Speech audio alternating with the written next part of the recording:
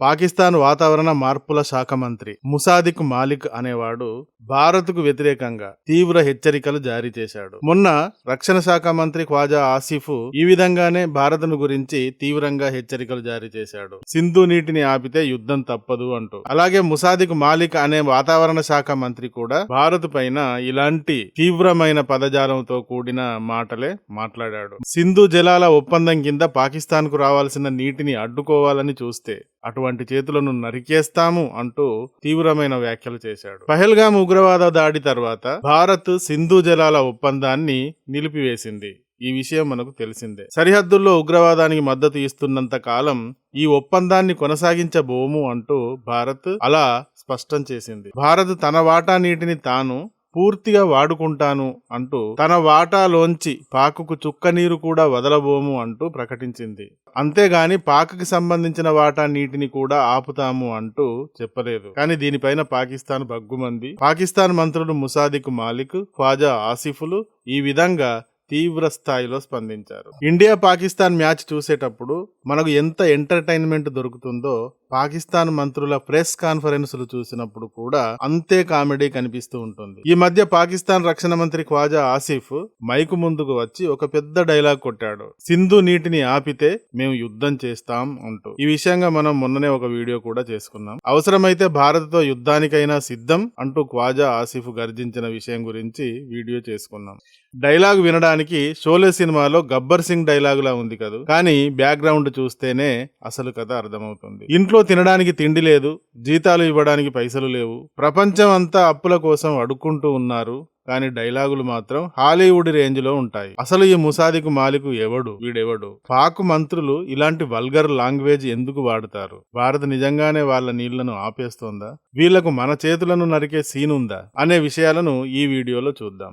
Video చాలా చాలా ఆసక్తికరంగా ఉంటుంది. మరి ముందుగా ఈ వీడియోకి ఒక్క లైక్ ఇచ్చి స్టార్ట్ చేయండి. సింధు నీటిని ఆపితే భారత్ చేతులు నరికేస్తాం, మాకు రావాల్సిన నీటిని ఆపితే భారత్ చేతులను నరికేస్తాం అన్నది ఎవడు? ఈ విధమైన ప్రగల్భాలు ప్రకటించింది ఎవడు అంటే పాకిస్తాన్ వాతావరణ శాఖ మంత్రి ముసాదిక్ మాలిక్. అసలు విషయం ఏమిటి అంటే పహల్గామ్ ఉగ్రవాద దాడి తర్వాత భారత్ చాలా సీరియస్ గా రియాక్ట్ అయింది. భారతదేశం పైకి ఉగ్రవాదులను పంపిస్తూ అమాయకుల రక్తాన్ని పారిస్తూ ఇంకోవైపు మాతో సింధు జలాల ఒప్పందం ప్రకారం నీళ్లు కావాలి అని అడగడం ఏమిటి అని భారత్ సింధు నీటికి సంబంధించిన ఒప్పందాన్ని తాత్కాలికంగా పక్కకు పెట్టేసింది. ఇక అంతే, పాకిస్తాన్ లో ఒక్కసారిగా వణుకు మొదలైంది. ఒకవైపు ఖ్వాజా ఆసిఫ్, ఇంకోవైపు ముసాదిక్ మాలిక్ ఇద్దరూ కలిసి మీడియా ముందుకు వచ్చి మా వాటా నీటిని ఆపాలని చూస్తే చేతులను నరికేస్తాం, యుద్ధం ప్రకటిస్తాం అంటూ రోడ్ల మీద తిరిగే రౌడీలలాగా మాట్లాడడం మొదలెట్టారు. పాక్ మంత్రులు ఈ విధంగా వల్గర్గా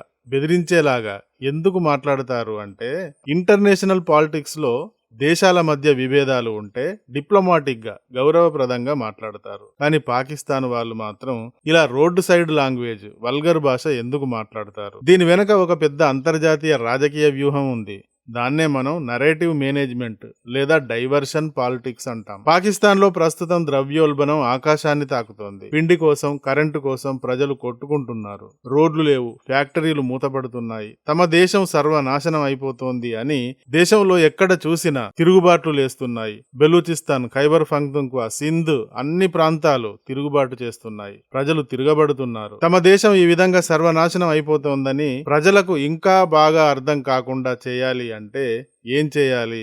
సరిహద్దుల్లో భారత్ మనల్ని ముంచేస్తోంది, కాశ్మీర్ మునిగిపోతోంది, సింధు నీటిని ఆపేస్తోంది అంటూ సెంటిమెంట్ ను రెచ్చగొట్టాలి. అక్కడ ఎన్నికల్లో గెలవాలి అంటే ప్రజల దృష్టిని మళ్లించాలి. అందుకని ఇలా రెచ్చగొట్టుడు వల్గర్ డైలాగులు కొట్టడం పాకిస్తాన్ మంత్రులకు అలవాటు. ఇది వారి స్ట్రాటజీ. వాళ్ళ ఆర్మీకి బడ్జెట్ కావాలి అన్నా భారత్ పేరు చెప్పి భయపెట్టాల్సిందే. ఇది కేవలం వాళ్ళ అంతర్గత ఫెయిల్యూర్స్ ని దాచుకోవడానికి ఆడే డ్రామా మాత్రమే. వీరు మాట్లాడే దాంట్లో నిజం ఉందా? భారత్ నిజంగా వాళ్ళ నీరు ఆపుతాను అందా అంటే వీళ్ళు అంతలా అరుస్తున్నారు కదా, ఇందులో ఏమైనా నిజం ఉందా అంటే భారత్ నిజంగానే అంతర్జాతీయ సూత్రాలను ఉల్లంఘించి వాళ్ళ నీటిని ఆపడం లేదు, ఖచ్చితంగా ఆపడం లేదు. 1960లో జరిగిన సింధు జలాల ఒప్పందం ప్రకారం 3 పశ్చిమ నదుల సింధు, జీలం, చీనాబ్ నదుల నీటిని పాకిస్తాన్ వాడుకోవాలి. కానీ ఆ నిధులపై భారత్కు కొన్ని హక్కులు ఉన్నాయి. మనం హైడ్రో ఎలక్ట్రిక్ ప్రాజెక్టులు కట్టుకోవచ్చు, వాటిపైన నీటిని నిల్వ చేసుకోవచ్చు. కానీ భారత్ గత 60 ఏళ్లుగా చాలా మంచి దేశం కాబట్టి మనకు ఉన్న పూర్తి హక్కులను కూడా వాడుకోకుండా అలా వాడుకుంటే పాకిస్తాన్ ఎండిపోతుంది కాబట్టి పాకిస్తాన్కి ఆ నీటిని, తన వంతు నీటిని కూడా వదిలేస్తూ వచ్చింది. ఇప్పుడు భారత్ అంటుంది ఏమిటి అంటే, బాబు మేము ఒప్పందాన్ని ఉల్లంఘించట్లేదు, మాకు ఉన్న హక్కుల ప్రకారం మేము మా వాటా నీటిని పూర్తిగా వాడుకోవాలని అనుకుంటున్నాం, ప్రాజెక్టులు కట్టుకుంటాం, వాటిపైన మా వాటా నీటిపైన మాత్రమే ప్రాజెక్టులు కట్టుకుంటాం అంటోంది. అంతే తప్ప భారత్ ఎప్పుడూ ఏకపక్షంగా నీటిని పూర్తిగా ఆపివేస్తాము అనలేదు. కానీ పాకిస్తాన్ మాత్రం ప్రపంచం ముందు ఇండియా వాటర్ టెర్రరిజం చేస్తోంది అంటూ ఏడుపులు పెడుతోంది. ఇంతకు క్రితం కాశ్మీర్ కు సంబంధించిన ఇష్యూని తీసుకుని కాశ్మీర్ అంటూ అంతర్జాతీయ సమాజం ముందు ఏడుస్తూ వచ్చేది. ఇప్పుడు దానికి బదులుగా సింధు వాటర్ అంటూ ఏడుస్తోంది. అసలు సమస్య భారత్లో లేదు, పాకిస్తాన్లోని నీటి యాజమాన్య లోపంలో ఉంది. వాళ్లకు ఉన్న నీటిని నిల్వ చేసుకోవడానికి కనీస డ్యాములు కూడా కట్టుకోలేని స్థితిలో వాళ్ళు ఉన్నారు. అది వాళ్ళ అసలైన ఏడుపు. మరి ఇలాంటి పిచ్చికూతలు కూస్తున్న పాకిస్తాన్కు మన భారత విదేశాంగ శాఖ ఇచ్చిన రిప్లై ఏమిటో తెలుసా? మన విదేశాంగ ప్రతినిధి రణధీర్ జైస్వాల్ గారు ఒకటే ముక్క చెప్పారు. పాకిస్తాన్ నాయకత్వం తమ దేశంలో ఉన్న ఆర్థిక, రాజకీయ వైఫల్యాలను కప్పిపుచ్చుకోవడానికి ఇలాంటి చెత్త మాటలు, బాధ్యతారహితమైన యుద్ధాన్ని ప్రేరేపించే వ్యాఖ్యలు చేస్తోంది. ఇలాంటి పిచ్చి వేషాలు వేస్తే ఫలితాలు చాలా తీవ్రంగా ఉంటాయి అంటూ హెచ్చరించారు. మన విదేశాంగ మంత్రి ఎస్ జైశంకర్ గారు కూడా అంతర్జాతీయ వేదికలపై పాక్ను కడిగి పాడేశారు. ఉగ్రవాదానికి మద్దతు ఇచ్చే దేశంతో కూర్చుని చర్చలు జరిపే ప్రసక్తే లేదు అంటూ తేల్చి చెప్పారు. ఐక్యరాజ్య సమితిలో కూడా భారత్ పాకిస్తానుని టెర్రరిజానికి కేర్ ఆఫ్ అడ్రస్ అని ప్రపంచం ముందు నిలబెట్టింది. భారత్ చాలా సైలెంట్ గా, డిప్లొమాటిక్ గా పాకిస్తాన్ గొంతు ఈ విధంగా నొక్కుతోంది. ఇక తర్వాతి పాయింట్, పాకిస్తాన్ కు ఇండియా చేతులు నరికేంత సీన్ ఉందా, శక్తి ఉందా అంటే అసలు పాకిస్తాన్ ఆర్మీ రేంజ్ ఏంటో మనకు బాగా తెలుసు. 1948, 1965, 1971 కార్గిల్ యుద్ధం, ఇలా ఎప్పుడు ఏ యుద్ధం వచ్చినా భారత్ చేతిలో పాకిస్తాన్ కుక్క దెబ్బలు తిని వెనక్కి పారిపోయిన చరిత్ర ఉంది. ఇలాంటి ఓడిపోయిన చరిత్ర వాళ్ళది. 1971లో 93,000 మంది పాకిస్తాన్ సైనికులు భారత్ ముందు మోకాళ్ల మీద వంగి నిలబడి లొంగిపోయిన ఫోటో ఇప్పటికీ గూగుల్లో దొరుకుతుంది. అలాంటి దేశం ఈ రోజు ప్రపంచంలోనే 5వ పెద్ద ఆర్థిక వ్యవస్థగా, అగ్రగామి సైనిక శక్తిగా ఎదుగుతున్న భారతదేశాన్ని చూసి మీ చేతులు నరికేస్తాం అంటోంది కామెడీగా. పాకిస్తాన్ దగ్గర రాకెట్లు కొనుక్కోవడానికి పైసలు లేవు గాని డైలాగులకు మాత్రం కొరత ఉండదు.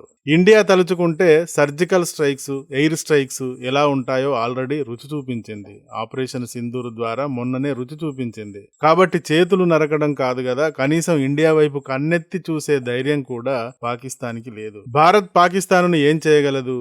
మనం యుద్ధం చేయాల్సిన అవసరం కూడా లేదు. కేవలం మన హక్కుల ప్రకారం నదుల నీటిని పూర్తిగా వాడుకుంటూ ప్రాజెక్టులు కడితే చాలు పాకిస్తాన్ ఎడారిగా మారిపోతుంది. మన ఆర్థిక శక్తి ముందు వాళ్ళు నిలబడలేరు. ఇక భారత్ తరఫున పాకిస్తాన్ గట్టి హెచ్చరిక ఏమిటి అంటే, ముసాదిక్ మాలిక్ చేతులు నరికేస్తాం అనే రౌడీ ఇంగ్లీష్ డైలాగులు మానేసి మీ దేశంలో ఆకలితో అలమటిస్తున్న ప్రజలను గురించి ఆలోచించండి. టెర్రరిస్టులను పెంచి పోషించడం ఆపకపోతే మీ దేశం మీ ఉగ్రవాద సంస్కృతితోనే తగలబడిపోతుంది. భారతదేశం శాంతిని కోరుకుంటోంది, కానీ మా సహనాన్ని చేతకానితనం అనుకుంటే చరిత్ర పునరావృతం అవుతుంది. ఈసారి యుద్ధం వస్తే పాకిస్తాన్ అనే దేశం ప్రపంచ పటంలో ఉంటుందో లేదో మీరే ఊహించుకోవాలి. కాబట్టి నోరు అదుపులో పెట్టుకుంటే మీకే మంచిది అంటూ హెచ్చరికలు చేస్తోంది.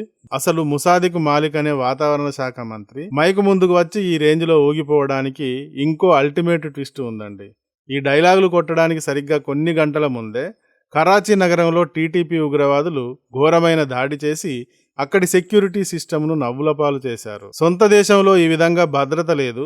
కరాచీ లాంటి మెట్రో సిటీలోనే ఉగ్రవాదులు స్వేచ్ఛగా తిరుగుతూ దాడులు చేస్తూ ఉంటే ఆ వైఫల్యాన్ని కప్పిపుచ్చుకోవడానికి ఇతడు ఈ విధంగా బ్లేమ్ ఇండియా కార్డుని వాడాడు. అక్కడ కరాచీలో తాలిబాన్ వాళ్ళు పాకిస్తాన్ ఆర్మీ పరువు తీస్తుంటే ముసాదిక్ మాలిక్ మాత్రం మీడియా ముందుకు వచ్చి అటు చూడకండి ఇటు చూడండి, ఇండియా చేతులు మనం నరికేద్దాం అంటున్నాడు. అంటే ఇంట్లో దొంగలు పడి సర్వస్వం దోచుకెళ్తుంటే ఆ ఇంటి యజమాని రోడ్డు మీద నిలబడి పక్కింటి వాడిని చూసి నన్ను కొట్టడానికి వస్తే నీ చేతులు నరికేస్తా అని అరిచినట్టు ఉందన్నమాట. ఇదండి వీళ్ళ ఇంటర్నేషనల్ పాలిటిక్స్ రేంజ్. ఈ వీడియో గానీ నచ్చితే ఒక లైక్ ఇవ్వండి. అలాగే ఇంతవరకు మా ఛానల్ కి సబ్స్క్రైబ్ చేసుకున్నట్టయితే వెంటనే సబ్స్క్రైబ్ చేసుకోండి. ఇలాంటి వీడియోల నోటిఫికేషన్స్ కొరకు బెల్ ఐకాన్ని కూడా క్లిక్ చేయండి. Thank you for watching. జై హింద్, జై భారత్.